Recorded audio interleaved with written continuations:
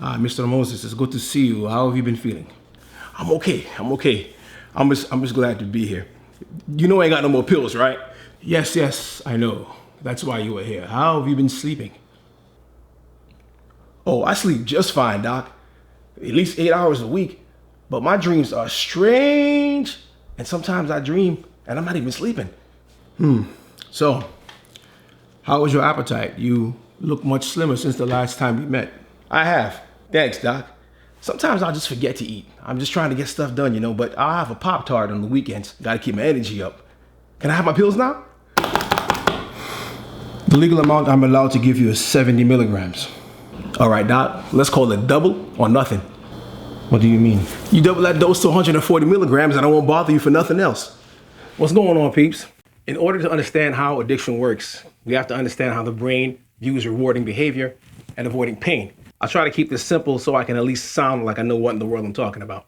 I'll quickly define two of the many neurotransmitters involved. Dopamine, among other things, reinforces behaviors we like. It's found in abundance in parts of the reward system of the brain. Think food, drugs, sex, exercise, etc. While norepinephrine works with adrenaline. It increases the heart rate, the blood pressure. It also breaks down fat.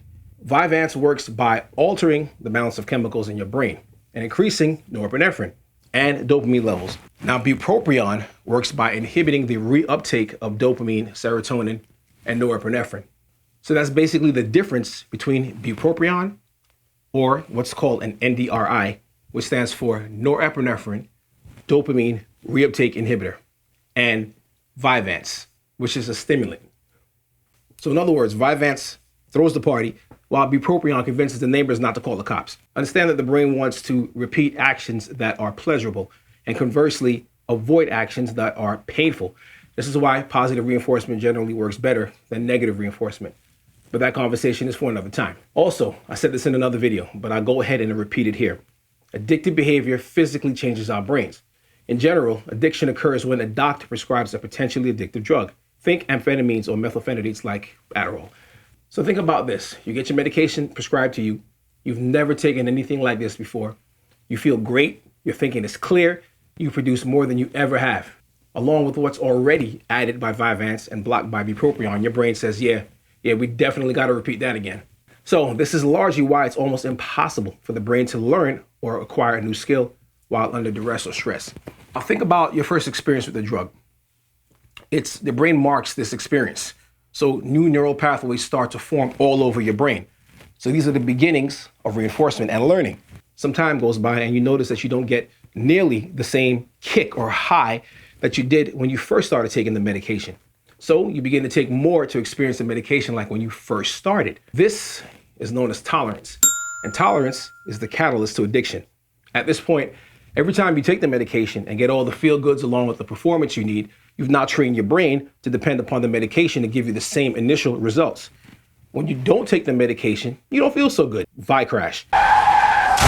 Plus, by this point, your brain has changed so much, and the network of neurons dedicated to executing and reinforcing your behavior have grown in abundance, where it makes it almost impossible to stop.